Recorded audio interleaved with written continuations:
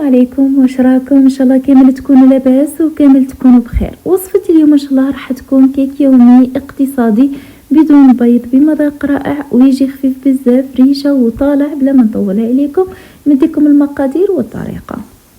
نديروا كاس ونص حليب عادي بدرجه حراره الغرفه، نضيفوا عليه كاس سكر عادي وكيس تاع لافاني اللي تقدروا تعوضوه باي منكه او لافاني سائله او مبشور الليمون. نخلط كلش حتى يذوب السكر مليح. من بعد نضيف كاس تاع زيت نباتي بالتدريج وتخلطوا كيما راكم تشوفوا. لازم الزيت يندمج مليح مع بقيه المقادير ويتخلط ثاني مليح. هنا ضفت 2 كيسان ونص فرينه.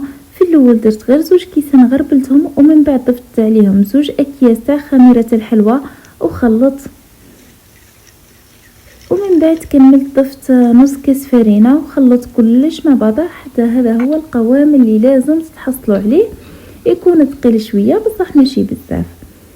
وفي الاخير نضيف المكون اللي هو عباره على محسن كيك اللي هو ملعقه كبيره تاع الخل، تلعب دور كبير في هذه الوصفه. ونكملوا نخلطوا مليح حتى نتحصلوا على هذا القوام المطلوب. وهنا تحبسوا.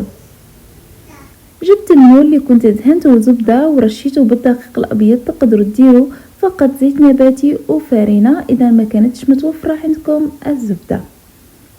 نفرغ كامل الخليط وتخطوا المول شويه وتدخلوه للفرن على 180 درجه.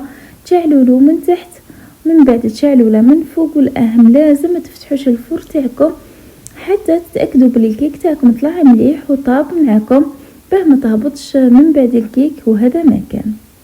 نتلاقاو في صحن التقديم.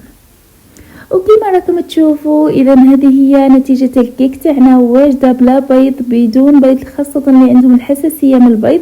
اذا هذه الكيك بدون بيض جات طالعه وخفيفه وبزاف بنينه. جربوها برك وردوا لي رايكم في التعليقات.